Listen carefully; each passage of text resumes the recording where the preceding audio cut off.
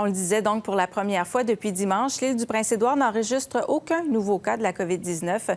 Un grand soulagement alors qu'on apprenait lundi qu'un médecin de l'hôpital Queen Elizabeth de Charlottetown a été déclaré positif. Julien, la province a réalisé depuis des centaines et des centaines de tests et ça va se poursuivre pour s'assurer qu'aucun autre cas là, existe.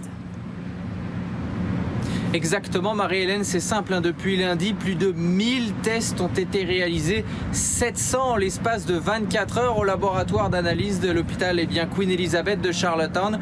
Et donc, c'est que du positif, aucun nouveau cas, tout le monde négatif. Et on l'a dit, ce médecin qui a travaillé pendant 7 jours ici a vu une centaine de patients. Et sur ces patients, 75% ont déjà été testés, 15 le seront aujourd'hui, 5 sont à l'extérieur de la province et 3 n'ont pas encore été contactés. Donc vous voyez encore quelques dizaines de personnes à tester, mais l'essentiel est là, aucun nouveau cas de la COVID-19 à l'île du Prince-Édouard. Pour ce bout de temps, avant que tous les tests, les deuxièmes tests soient complets, on va aussi augmenter, c'est pas seulement masques, mais des autres parties de l'équipement protectif.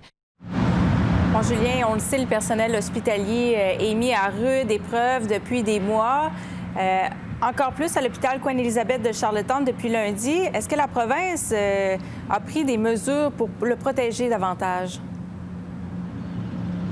Bien oui, vous l'avez entendu, la docteure Heather Morrison l'a dit, on prend des nouvelles mesures pour prendre soin des 1700 infirmiers et infirmières qui travaillent en première ligne dans les établissements de santé de l'île du Prince-Édouard. C'est simple, depuis dimanche, de nouvelles règles sont en place depuis qu'on a découvert ce cas à l'hôpital. Maintenant, tout le personnel hospitalier médical qui travaille à l'intérieur des hôpitaux ou des établissements de santé doivent porter masque, visière, blouse et gants. L'objectif est bien sûr, c'est d'assurer la sécurité de tout ce personnel de la santé. Un personnel de la santé qui est mis à rude épreuve, car j'ai pu m'entretenir aujourd'hui avec la présidente du syndicat des infirmières de l'île du Prince-Édouard. Elle explique que les appels ont été extrêmement nombreux, le stress, l'anxiété est présent, mais que là, ça va un peu mieux suite aux résultats négatifs. On l'écoute. The anxiety just heightens a little bit more and the fear is there. As of today, I spoke to a few and already their anxiety level is a little less now with the tests coming back negative. So that's very positive for. Pour terminer, Marie-Hélène, juste pour vous dire que ça sera vraiment la semaine prochaine qu'on saura si l'île du Prince-Édouard a évité le pire. Pourquoi? Parce que sur les 1000 personnes qui ont déjà été testées, la très grande majorité d'entre elles seront testées une nouvelle fois lundi prochain.